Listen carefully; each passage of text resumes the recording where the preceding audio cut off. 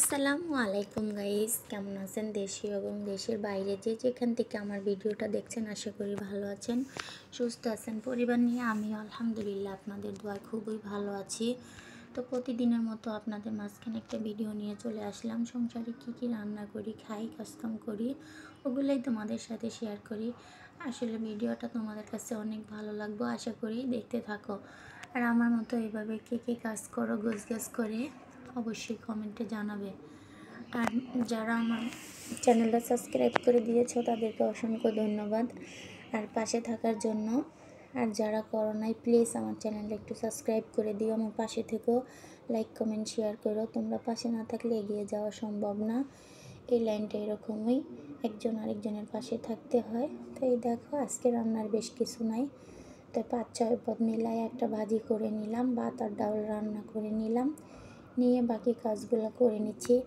তখন আবার দেখা যাবে তোমাদের ভাইয়া কি না কি নিয়ে আসে, তো ভাজি করে রাখি, তো আবার রান্নাটা করতে হবে।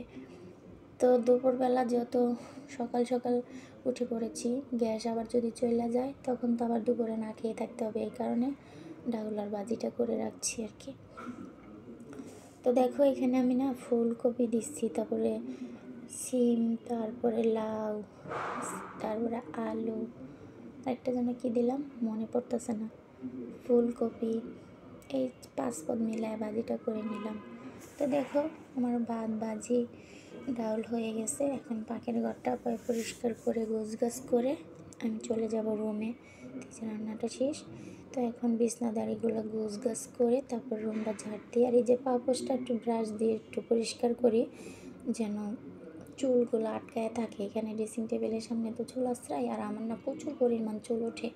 কিছুদিন আগে তোমাদের ভাই একটা তেল নিয়ে আসছিল, সেই তেলটা দিয়েছি, একটু কমছিল। এবার আবার অন্য একটা তেল নিয়ে আসছে। আর এই যে এই বক্সটার ভিতরে আমি জুতাগুলো রাখি, তো কিছুদিন পর পর তেলাপোকার সেই গুঁড়ি গুঁড়ি ময়লা হয়ে যায়। তো এখন এই জুতার র্যাকটা একটু পরিষ্কার করলাম, আর এই যে থালা বাসন রাখি এই র্যাকটাও পরিষ্কার করলাম। আর ওই নিচে পেঁয়াজ মেজ রাখি টি টেবিলের নিচে, সেটা একটু পরিষ্কার করলাম। তো একটু একটু করে ফার্নিচারগুলো একটু মুছতেছি, 2 দিন হয় মুছতে পারতেছি না। তো আজকে তো রান্নার চাপটা একটু কম, তো একটু মুছে নিলাম। আর এই ভিতরটা তো একটু পরিষ্কার করতে হবে, অনেক দিন হয়ে গেছে, প্রায় বছরের মতো। তো বুঝতে পারতেছি না কীভাবে পরিষ্কার করবো। আর মেয়েটা তো ছোটো, তাই ভয় পাই শোকেসের ভিতরে পরিষ্কার করার জন্য আর কি। তো একটু একটু করে বিছনাদারিগুলো সব রুমের গোছগাছ করে নিয়ে দেখতেছি ছেলের রুমের ফ্যানটা একটু ময়লা হয়ে গেছে, তো ভাবলাম একটু ফ্যানটাও মুছে নিই আর জানালাগুলো একটু মুছে নিই। তো দুনো রুমের জানলাগুলোই মুছে নিলাম। তারপরে যে খাটের উপরগুলো, সাইডগুলো, এগুলো একটু সবসময় বিছনা ঝাড়ার পরে ধুলা পড়ে যায়, তো এগুলো একটু মুছে নিলাম।